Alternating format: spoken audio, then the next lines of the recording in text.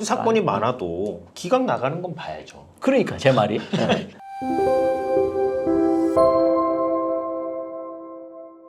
안녕하세요, 유익상 김은찬 변호사입니다. 오늘은 개인회생 또 이제 실제 기각 사례 가지고 와서 이야기해보는 시간을 가지려고 했는데, 부제가 무책임한 판사의 기각 결정이에요. 회생위원들 더 넘어가 이제 판사까지. 네. 사실 좀 떨리는 주제이기는 한데, 이 정도까지 표현할 정도면은 진짜 무책임했기 때문에 그랬겠죠? 맞아요. 기각 결정 중에 무책임한 기각 결정이 사실 좀 꽤나 상당하긴 한데 그 개인회생 실무가 현실이 이렇다라는 것도 좀 알려드리고 싶기도 하고. 판사가 어떻게 무책임할까라는 생각도 좀 들기는 할 것 같거든요. 사실 판사의 뭐 잘못된 결정 그러면은 뭐 판사가 잘못 판단을 했구나, 뭐 그건 이제 뭐 이해가 안 돼. 무책임하다, 이거 과연 좀 어떤 포인트에서 무책임했는지 이런 거 좀 한번 잘 설명해 주시면 재밌을 것 같아요. 네. 요 기각의 이유를 한번 이제 살펴보면 될 것 네. 같아요. 채무자는 상속분 지급 청구 소송에서 수원고등법원 사건이었나 봐요. 네. 화해 권고 결정 확정돼서 2022년 4억 정도를 받았다. 그런데 2번부터가 이제 핵심 이유겠죠. 네. 채무자는 개인회생 사건 채무가 위 소송으로 지급받은 금액을 사용한 후 발생한 것, 4억을 받았는데 4억을 다 써서 어떤 이유로든 4억이 다 써서 없어졌고, 그 이후에 이제 새롭게 채무가 발생한 거다. 4억 받은 것 중에 1억 원은 뚜렷한 이유 없이 모친에게 지급하고 7천만 원은 전세보증금을 납부하고, 이래서 이렇게 해놓고 개인회생하는 거는 채권자 이익에 적합하지 않고 개인회생 절차 남용에 해당한다. 신청이 성실하지 않으니까 기각하겠다. 이제 요겁니다. 네. 근데 이게 핵심이겠죠. 결정문만 놓고 보더라도 개인회생이 진행하기 전에 4억 원이 있었어. 근데 다 그 사라졌네. 이후에 다 사라지고 새롭게 돈을 빌려서 개인회생을 했네. 그러면 요거는 이제 개인회생 못하는 거냐? 이렇게 생각해봐야 되는데, 예를 들어서 제가 사업이 한참 잘 됐어요. 그래서 수중에 100억이 있었어요. 그런데 어떤 이유로든 사업이 꼬꾸라지고 망해서 돈을 빌리다가 갚어도 안 돼. 그래서 이제 회생을 하려면, 그러면 너 예전에 100억 있었던 놈이 지금 개인회생 말이 돼? 이거랑 사실 논리가 다르지 그렇죠. 않죠. 네. 예. 개인회생의 핵심은 이제 요겁니다. 지금 대법원 판례 제가 하나 가져왔는데, 이제 채권자 취소권의 대상이 되는, 채권자를 해야 하는 행위라 함은 법률행위, 그러니까 뭐 재산을 처분하거나 팔거나 명의를 바꾸거나 증여하거나 뭐 이런 행위로서 채무자의 소극재산이 적극재산을 초과하여 채권 담보에 부족이 생기게 되거나 채무 초과 상태가 더 나빠지는 행위를 뜻한다. 그러니까 이 말은 재산을 팔아가지고 누구한테 넘기거나 재산을 명의를 바꾸거나 빼돌리는데, 그걸로 인해서 원래는 재산이 더 많았는데 빚이 더 많아지는 상황이 되거나, 그죠? 채무 초과 상태를 만들거나, 아니면 원래도 빚이 더 많았는데 그나마 있던 재산도 없애가지고 빚이 훨씬 더 많아지는 상황이 되는 거, 요거를 의미하는 건데, 근데 요 밑에를 보면 채무자는 그 적극재산이 소극재산을 상회하고 있어 무자력 상태에 있지 아니하므로 사행위에 해당하지 않는다. 이 결론은 정당하다라고 한 거는 결국에는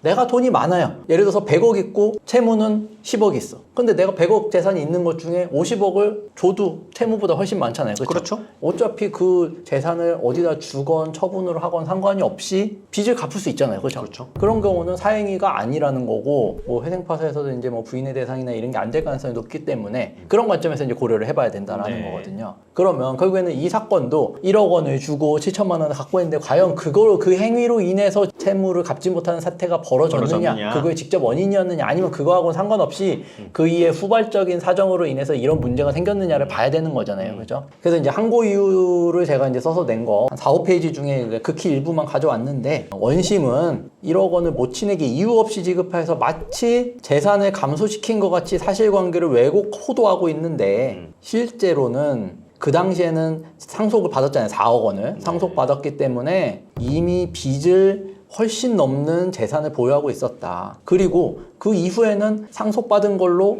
자기가 부담하고 있던 채무도 모두 다 갚았어요. 뭐 재산 어머니한테 뭐 드렸지만 어쨌든 내 채무도 하나도 없는 상태였고. 잘했네요. 사업 받아서 엄마도 1억 주고 그럼. 빚도 다 갚고 잘했네. 끝. 제로 베이스잖아. 그래서 채무 완제 이후에 다 갚고 난 이후에 근데 뭐 생활비나 사업자금 사용으로 사업을 새롭게 하셨어요. 그러니까 그러면서 다시 사업이 잘 안 되면 그때 다시 돈을 빌릴 수 있잖아요. 그렇죠? 그래서 새로 발생한 채무가 증가되어 이세권 개인회생 신청에 이른 것입니다. 그럼에도 원심이 이제 오해하고 있는 게 뭐냐면, 돈을 충분히 갚을 수 있는 상황임에도 어머니한테 돈 빼돌려 놓고서 개인회생 하는 것처럼 지금 사실관계를 오해, 호도하고 있는 거니. 뭐 저 내용만 보면은 그렇게 해석이 되죠. 그래서 이건 사실관계를 왜곡하고 있는 겁니다.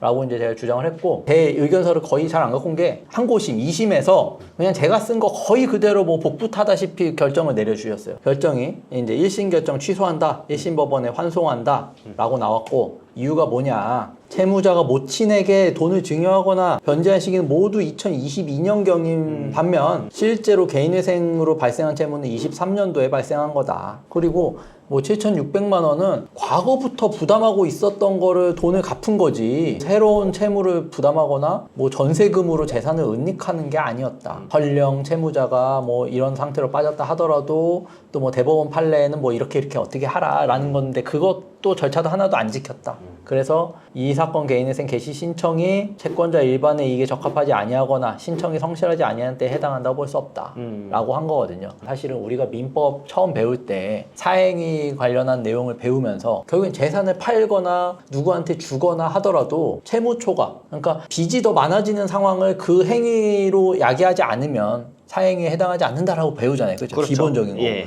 그래서 그런 내용들을 제가 자세히 의견서로 써서 냈으면 네. 1심 판사가 이거를 제대로 읽어보기만 했더라면 직권으로 사실은 취소할 수 있는 거거든요. 네. 그래서 이제 제가 무책임한 판사다라고 이제 이렇게 해놓은 게, 기각을 한 건데 이 기각은 사실 회생위원이 이거 안 될 것 같습니다라고 하니까 그렇게 하세요. 오케이 하고 그냥 도장 찍어준 그렇죠. 거잖아요, 자기 이름. 네. 그러니까 이거는 판사로서의 어떤 자격과 양심의 문제죠.